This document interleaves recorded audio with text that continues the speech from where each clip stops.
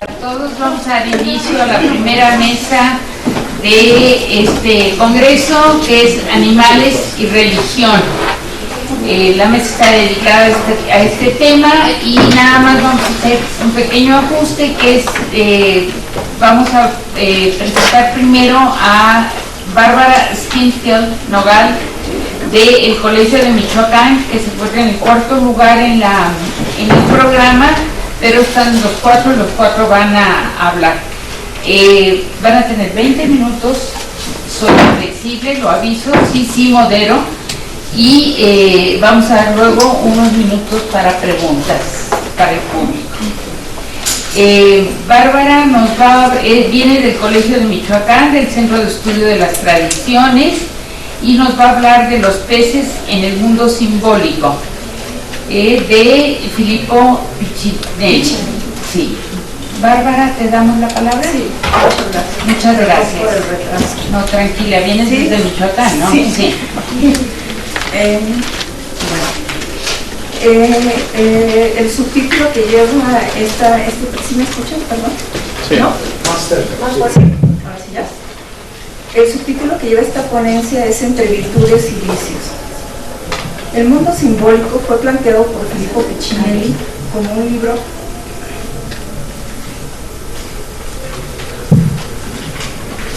Bueno, les comentaba que el subtítulo es Entre virtudes y vicios. El mundo simbólico fue planteado por Filippo Piccinelli como un libro de estudios a través del cual se podían obtener por su misma naturaleza enciclopédica conocimientos de todo tipo, como más adelante veremos al mencionar su contenido. Estos contribuirían a descubrir los significados de los símbolos y las enseñanzas morales que de los emblemas se desprendieran. Y al mismo tiempo, lo concibió como un libro que provoca deleites académicos, que están cimentados en respetabilísimas opiniones y documentos. Piccinelli destacó que los emblemas no se presentaban solos, sino ilustrados con observaciones respetables de autores tanto antiguos como modernos, tanto religiosos como profanos, de manera que, cito, la amenidad junto con la utilidad se hallan unidas como un vínculo casi indisoluble. En esta obra se cumplió perfectamente el principio de enseñar deleitando.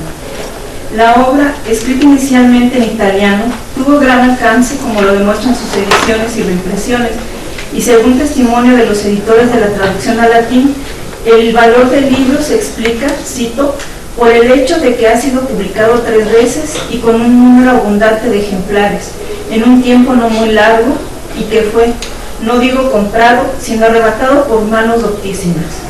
Fin de cita. Y porque, cita, en verdad, hombres famosos por su ingenio y elocuencia y conocimiento de las artes, la juzgaron utilísima para los estudios generales.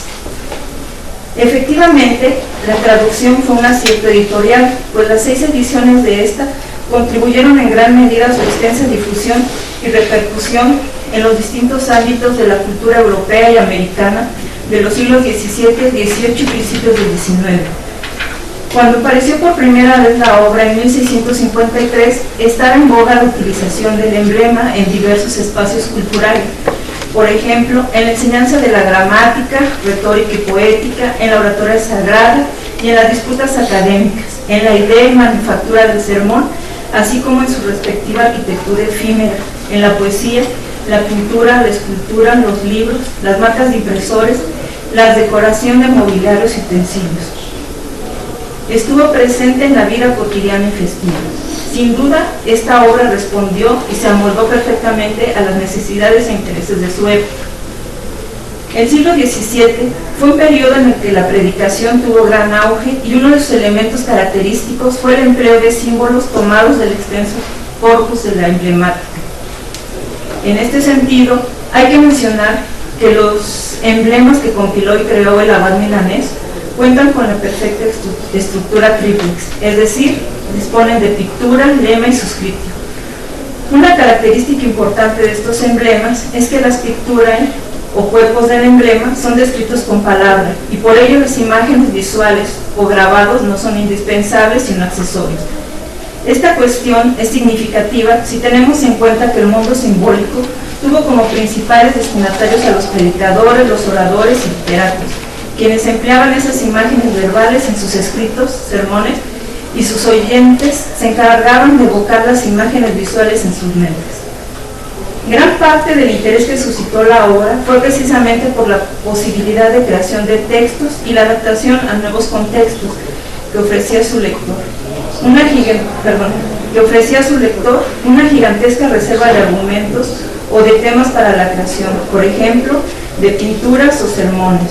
Por ello, fue una obra que gozó de buena fortuna crítica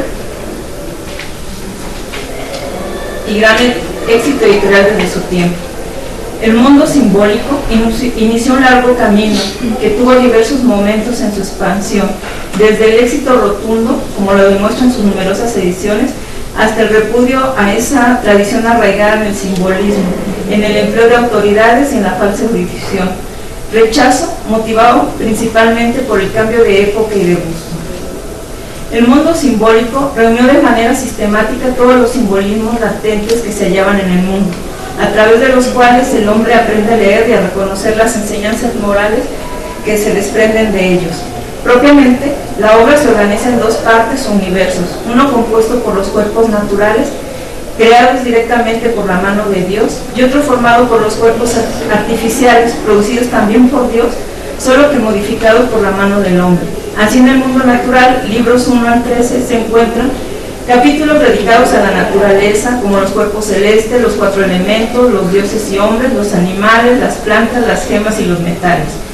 Y en el mundo artificial, libros 14 a 24, se hallan capítulos destinados a la explicación de los instrumentos eclesiásticos, domésticos, mecánicos, náuticos, matemáticos, militares, musicales y agrícolas, a los edificios y a los cuerpos mixtos. Así pues, el tema de esta exposición se ubica en el mundo natural de la enciclopedia de emblemas. Este se encuentra dispuesto jerárquicamente. Inicia en el cosmos y termina en el subsuelo. Así Piccinelli comenzó describiendo el firmamento, las estrellas y los planetas, después desentrañó el significado de los 4 elementos, luego habló de los hombres y en cuarto lugar trató el mundo animal representado por las aves, los cuadrúpedos, los peces, las serpientes, los animales venenosos y los insectos. Así pues, se puede ver que para Piccinelli los animales cumplen un papel importante solo después del hombre. En los 5 libros dedicados al reino animal, libros 4 al 8, confluyen todo tipo de animales y alimaños. Los hay reales y fantásticos, aéreos, terrestres y acuáticos, viejos y nuevos, nocivos y benéficos. Perdón, aquí en esto de animales no me refiero a los animales que con el descubrimiento de América se incorporaron los símbolos y esta tradición también. Nocivos y benéficos, nuevos y malos, diurnos y nocturnos. Son seres dúctiles y moldeables, que ayudaron al emblemista a expresar mensajes morales y que mostraban al hombre a través de sus obras como esas bestias irracionales por su naturaleza, actuaban de forma ética o inmoral. Por ello los animales y la misma naturaleza juegan un papel muy importante en la emblemática, ya que a través de ellos el hombre podía conocer a Dios, aprender de ellos sus virtudes y vicios e inferir de ellos normas morales para regir sus actos. La conducta y la naturaleza de estas bestias se confrontan continuamente con el comportamiento del hombre. Así pues, para los oradores sagrados, en sus prédicas solían ser muy buenos ejemplos didácticos para la enseñanza de la doctrina. Se buscaba enseñar deleitando. Los peces en el mundo simbólico. Uno de los mayores aciertos del mundo simbólico fue la visión enciclopédica de la obra, e igualmente su carácter de compilación. Esta obra pasó de la simple mención en orden alfabético de todos los cuerpos de emblema a una organización taxonómica de los emblemas, dividida, por ejemplo, en secciones dedicadas a la astronomía, la zoología o la botánica.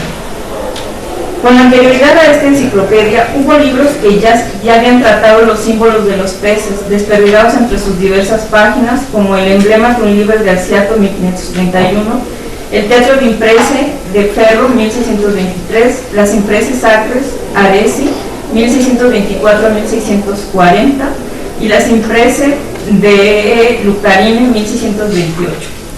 Y hubo otros libros, otros textos con capítulos dedicados a los peces, como los Hieroglífica de Piero Valeriano y el mismo mundo simbólico. Y por último, Se escribieron otros libros más, cuyo tema principal fueron los peces, como los símbola, el emblemata, Aquatilibus, de Camerario 1604. Después de la publicación de la versión latina de Mundus Symbolicus, apareció la Pele Symbolicus de Pitt en 1699, que es una obra heredera de la estructura de la versión latina Mundus Symbolicus, en cuyo libro sexto se abordó también el tema de los peces. En este mundo simbólico se alaba la creación de Dios. Los peces fueron creados por Dios en el quinto día. Dios dijo en el momento de su creación: bullan las aguas de animales vivientes. Entonces creó los grandes monstruos marinos y todo animal viviente, los que serpean de los que bullen las aguas por sus especies.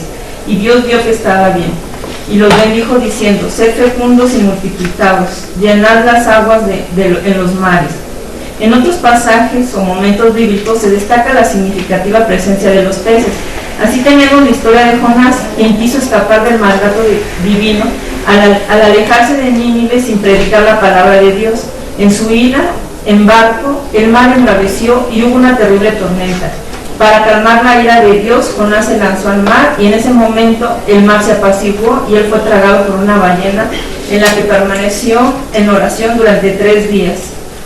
La ballena lo arrojó en una isla y Jonás prometió a Dios cumplir su mandato. Entonces iría a Nínive a predicar. Esta misma historia le sirvió a San Mateo para comparar el periodo en el que Jesús estaría en su sepulcro antes de la resurrección. Mateo dijo: porque como estuvo Jonás en el vientre del monstruo marino 3 días y 3 noches, así estará el Hijo del Hombre 3 días y 3 noches en el corazón de la tierra. Por otra parte, los peces fueron compañeros de Simón y Andrés, quienes dejaron sus redes en el mar y siguieron a Jesús, que les dijo: venid conmigo y os haré llegar a ser pescadores de hombres. Jesús continuó su camino y vio más adelante a Santiago y a su hermano Juan. Los llamó y dejaron sus redes para capturar peces y los siguieron. Entre los primeros milagros de Jesús se encuentra la multiplicación del pan y los peces para dar de comer a una multitud a la que predicó. Finalmente, la imagen del pez, del ictios en griego, fue un símbolo de pertenencia para los primeros cristianos, pues este acrónimo significó Jesus Christos Theos, Jesús, Hijo de Dios, Salvador. Sin duda, esta constante presencia de los peces explica su importancia dentro del mundo simbólico de Filippo Piccinini. El libro sexto sobre los peces está conformado por 53 párrafos dedicados a especímenes del mundo acuático. Viven en mares, ríos, lagos y lagunas, en aguas saladas y dulces, entre vicios y virtudes. Conviven los diversos tipos de peces, por ejemplo la trucha, el salmón, el atún, la anguila, la ballena, la rémora, el torpedo, la murena, el pez espada, la carpa, la sarda, y nadan entre el bien y el mal con otros seres marinos, esto es, el caballito del mar, la ostra, la esponja, la estrella, la tortuga, entre otros. En las aguas del mundo simbólico se zambulle el pulpo como símbolo del ocioso, del envidioso, del adulador, de la Virgen María, de la virtud y del amigo verdadero. La foca como el príncipe benigno y el pecador obstinado. La rana como el prudente, el soberbio y el demonio. El cocodrilo como la mujer falaz, el pecado venial y Cristo muriendo. El delfín como el soldado, la felicidad mundana, la obediencia, el ejemplo y el penitente. El cangrejo como el adulador, el amante, el autor de su propio mal, la inconstancia y la gracia de Dios. El camarón como el diablo, la tortuga, la castidad femenina, la pobreza, el juez y la peregrinación de la vida humana. El boquerón como la Virgen María y el hipopótamo como Cristo paciente, el apóstol San Pablo, el príncipe potente, la corrección áspera y la calamidad útil, Santa Teresa y San Francisco. A manera de estos ejemplos ictios, en esta última parte de la exposición se revisarán los emblemas de la concha. De los 52 especímenes, esto es en la versión italiana son 52 y en la versión latina van a ser 53 capítulos, agregan otro más, que habitan las emblemáticas aguas del mundo simbólico de la Bar Milanés. Sobresale la concha, a la que se le consagraron 32 emblemas. 3 emblemas de la concha se asociaron con la Anunciación de la Virgen María, el 70 con el lema Rore Puro Fecunda, fecundada por el rocío puro. Se explica que concibió al Verbo Divino en su seno con la sola virtud del Espíritu Santo. En el emblema 85, la concha con el lema Coelo Fecunda, fecundada por el cielo, se relacionó con el rayo virtuoso con el que el Espíritu Santo iluminó a la Virgen María. Y en el 83, con el lema Fecunda Exalto, fecundada desde lo alto, en este emblema se hace referencia al saludo del arcángel Gabriel a María. Asimismo, aparece un último emblema, el 71, con el lema Nesciens Lambda, no conociendo mancha, dedicado a la pureza de la Virgen, pues concibió a Dios no carnalmente, sino espiritualmente, según afirma San Agustín. Estas imágenes virginales se relacionaron con la concha, ya que este animal se reproduce sin contacto sexual y esta característica se aplica o se amolda perfectamente con el caso de la Virgen María. Del mismo modo, la concha simbolizó a Cristo sepultado, la encarnación del Verbo, María Magdalena, Santo Tomás de Aquino, la Eucaristía, las santas reliquias, Santa Tecla y Santa Ana. Asimismo se le relacionó con la virtud escondida, la pobreza, la fuerza del amor, la corrección áspera, la tutela lícita, el estudioso, la doctrina escondida, el contemplativo, el predicador, la gratitud, la paz reconciliada, la verdad y la gracia de Dios. También se podría mencionar los emblemas del delfín. También sobresale este pescado en este libro. En 18 emblemas sobre este animal, en la figura del delfín se descubre a Cristo resucitado, al prelado, la educación, al estudioso, la severidad, la protección, la esperanza en Dios, al soldado, al maestro benigno, al religioso, al maligno, al penitente y al predicador vicioso. En este sucinto recorrido por el mundo simbólico, ha permitido advertir las metamorfosis morales que sufren estos seres acuáticos y racionales. De esta manera pueden convivir en un solo animal la bondad y la maldad, la sinceridad y la hipocresía, Dios y el diablo, la honestidad y la deshonestidad, es decir, virtudes y vicios de la misma manera que se presentan en el ser humano. Así pues, los peces, al igual que los hombres, pueden tener un comportamiento equilibrado por el bien y el mal. Finalmente, este acercamiento a los peces y posteriormente a los demás libros de animales, referente a las aves, cuadrúpedos, las serpientes, los animales venenosos y los insectos, que conforman el reino animal de la obra en cuestión, nos permitirá realizar lecturas más certeras de estos seres en la literatura, la oratoria sagrada y la plástica de los siglos XVII y al XVIII, épocas de influencia del mundo simbólico en América y Europa. Gracias.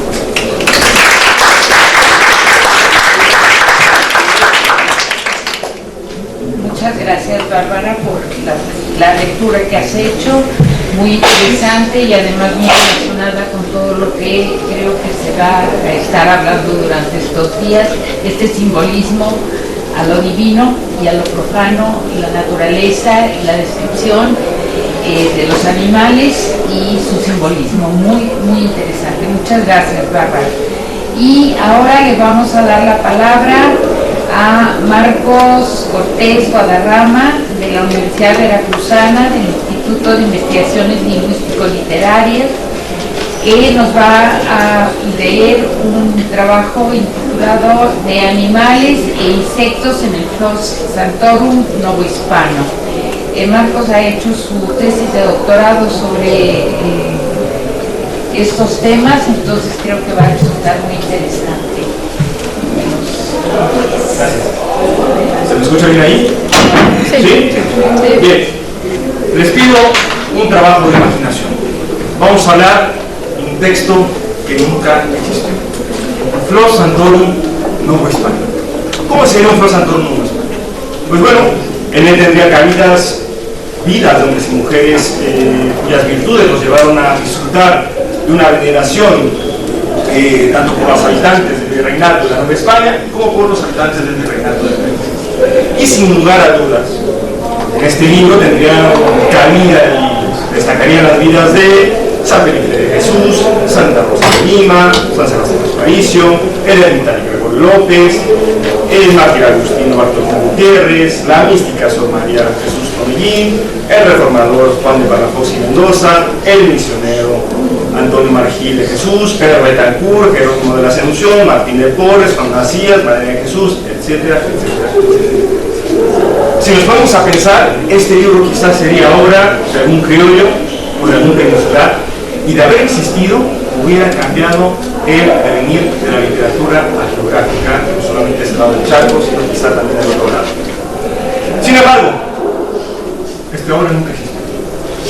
¿Qué es lo que tenemos entonces en la Nueva España? Tenemos sendas geografías enormes, desplazadas, geografías desplazadas de biografías, y a pesar de que estas biografías se adaptaron a los moldes narrativos del Renacimiento, del Barroco, incluso de la Ilustración, siempre han guardado una entrañable relación con la convivencia, con la fantasía de la fuente primaria de sus textos, que es la leyenda áurea, conocida en castellano como la leyenda dorada de Santiago de la Vorágine. Un ejercicio de razonamiento. Si nos ponemos a pensar en la ausencia de un Flos Sanctorum hispano, si profundizamos en la carencia de una de estas características en la Nueva España, en el Virreinato del Perú, quizás pudiéramos pensar que esta forma literaria también forma parte de la visión de los vencidos, no ya del mundo indígena, sino de los criollos, quienes fracasaron ante su intento de demostrar a los europeos que esta tierra de la Nueva España era una tierra madura espiritualmente, una tierra que podía ser madre como de los santos ilustres que vio el viejo continente. El fiel devoto de la Nueva España, el criollo, peninsular, el mestizo, el indígena, el mulato, etc., terminó por olvidar a este repertorio de santos, por no poseer una consagración ortodoxa por parte de la Iglesia, por no tener un día en especial que se celebrara. De tal manera que el residente de este lado del charco terminó cediendo ante los santos que llegaron allende la mar desde el siglo XV. Los santos encuentran sus modelos perfectamente bien definidos literariamente en un trabajo enciclopédico como es la leyenda áurea. ¿Muy bien hasta aquí? Perfecto. ¿Cuáles serían estas características de los Flores Santorum? El Flor Santorum, desde el siglo XV y en adelante, se le fue despojando de estos elementos propios de una imaginación fantástica, ¿no? Eso tuvo que ver sobre todo a partir de las reformas del Concilio de Trento. Estas historias geográficas quedaron completamente desprestigiadas, desacreditadas, y a partir de entonces estos textos de Dios de Santos tuvieron que apegarse un poco más a un sustrato histórico más real. Ejemplo de estos Flores Santorum serían las Vitas Santorum de 1575 del Licumano y de Zulia, y sería el primer antecedente de lo que serían los Flores Santorum en los siglos venideros, concretamente el de Alonso de Villegas en el siglo XVII y finalmente de Pedro Rivadeneyra en el XVIII. Ahora bien, he buscado en todos los archivos y de momento no he encontrado un Flor Santorum de la fuente más arcaizante. La fuente más arcaizante de los Flores Santorum son dos familias. Podemos decir que de los trabajos de Thomson y Walsh se identifican dos familias de Flores Santorum. Una conocida como la Confederación A, cuyas características es que son vidas de santos más detalladas, pero que no abarcan todo el año litúrgico. Y la familia más arcaizante son los Flores Santorum, herederos directos de la leyenda áurea, por lo tanto que presentan vidas breves y que abarcan casi todo el año litúrgico. Aunque no encontremos un Flor Santorum de esa familia, un testimonio aquí en los fondos reservados en las distintas bibliotecas que tenemos en este país, eso no quiere decir que los autores de la época no tuvieran menciones de ese Flor Santorum arcaizante. Ejemplos al respecto. Conocidísima por todos, citado por Irving Leonard, ese pasaje, ¿no?, de Fernández del Castillo, cuando entraron a Tenochtitlan, ve aquello y lo compara con las maravillas que se encuentran en los libros más populares de la época, en la Malice de Gaulle. Tomando en cuenta también esta historia verdadera de la conquista de la Nueva España, el propio Bernal nos refiere datos interesantísimos sobre sus nociones de la geografía. Y en su obra nos dice, por ejemplo, que el primer ermitaño no fue Gregorio López. A Gregorio López se impulsó, se hizo todo un proceso burocrático para que se alcanzara su beatificación, pero no se logró. En cambio nos dice que el primer ermitaño en la Nueva España fue Gaspar Díez. Y dice así, esto es de Bernal del Castillo: otro buen soldado que decía Gaspar Díez, natural de Castilla la Vieja, y estaba rico, así de sus indios como de tratados, todo lo dio por Dios, y se fue a los pinares de Huasalcingo, en parte muy solitaria, e hizo una ermita, y se puso en ella por ermitario. Y fue tan buena vida, y se daba ayunos y disciplinas, que se puso muy flaco y debilitado, y decían que dormía en el suelo en unas pajas. Y de lo que supo, el buen obispo, don Fray Juan de Zumárraga, lo envió a llamar y le mandó que no se diese tan áspera vida. Y tuvo tan buena fama de ermitaño Gaspar Díez, que se metieron en su compañía 2 ermitaños, y todos hicieron buena vida. Y a cabo de 4 años que allí estaban, fue Dios servido a llevarle santa gloria. En cuanto a la relación que tiene Bernal con los santos, llama la atención su sinceridad, ya que en comparación con otra crónica famosa de la época, y que al parecer pues el motivo por el cual Bernal escribe esa crónica de Francisco López de Gómara, que por cierto nunca estuvo en la Nueva España, nunca puso un pie en América, este autor, Gómara, dice que Santiago, ya no Santiago Matamoros, sino convertido en Santiago Mataindios, se apareció en la famosísima batalla de Tabasco de 1518. Y dice que, aunque Hernán Cortés no estaba en esta batalla, todos los peninsulares fueron testigos de que gracias al caballo blanco de Santiago se salvaron de morir. Llama la atención la sinceridad de Bernal, que él dice, como pecador, no fuese digno de verlo, a pesar que él garantiza que estuvo en esa batalla peleando durante horas. Bernal se asume como pecador, quizá como todos los conquistadores.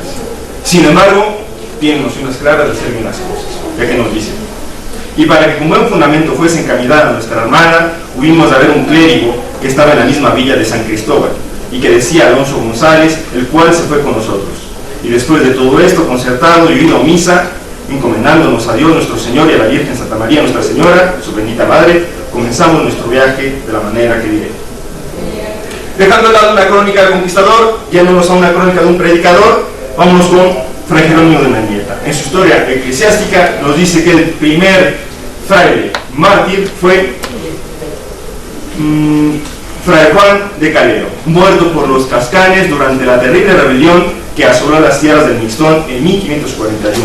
Su cuerpo fue encontrado incorrupto 5 días después de fallecido, y su sangre tan fresca como si entonces la acabaran de martirizar. Es decir, que tanto el conquistador como el predicador conocían los modelos bien establecidos de los respectivos santos, no por las fuentes originales, es decir, no conocían la vida de San Antonio, el modelo de ermitaño por excelencia, por San Anastasio, ni por el diácono Poncio del siglo III, autor de la vida de San Cipriano, la primera biografía de un mártir propiamente dicha. Tanto el conquistador como el evangelizador conocían a los santos a partir del modelo que se establecía en los Torres Santorum, herederos directos de la leyenda áurea. Insisto, aunque no poseamos un prosentorum de la familia más arcaizante, esto no quiere decir que nunca existieron, ¿no? Quizás se perdieron en ese viaje terrible que sufrieron los dominicos en 1544 y que nos narra Fray Tomás de la Torre. Recuerden que Santiago de Borrajín también formaba parte de esta orden emigrante de los dominicos. Imagínense, salieron de Sevilla en 1544 y llegaron a Chiapas 1 año y 2 meses después, exagerado incluso para la época. Y nos cuenta de un terrible accidente que sufrieron ahogándose en el río, y nos cuenta las penurias que sufrieron porque se hundieron no solamente frailes dominicos, sino además cajas llenas de libros. Y nos explica ahí cómo intentaron arriesgar su vida los propios frailes salvando esos libros, aun cuando los salvaron, después los libros apestaban humedad y se deshacían. Los que somos del tráfico sabemos lo que significa la humedad en aquellos lugares. Quizá el influjo de los Flores Santorum tuvo una enorme imaginación en el credo de los peninsulares, conquistadores y predicadores, y quizá por ello es que en la América del siglo XVII hay una enorme tensión en las fuentes literarias de Santiago, San Miguel Arcángel y San Cristóbal. Y a esta triada se les podría unir San Hipólito, Recordemos, 13 de agosto de 1521, caía Tenochtitlan, día de San Hipólito, y los tlaxcaltecas en ese momento se volvieron fan de San Hipólito. Evidentemente San Francisco, Santo Domingo, San Agustín, San Juan, San Jerónimo, San Nicolás Tolentino, San Vicente Ferrer, San Telmo, San Tomás Apóstol y varias mujeres, Santa María, Santa Magdalena, Santa Catalina de Siena, etc. Ahora bien, todos estos modelos, el Marte, el Confesor, el Reformador, la Virgen, están asentados en un texto como es el Prox Santorum, que de este texto tuvieron noción y referencias y lo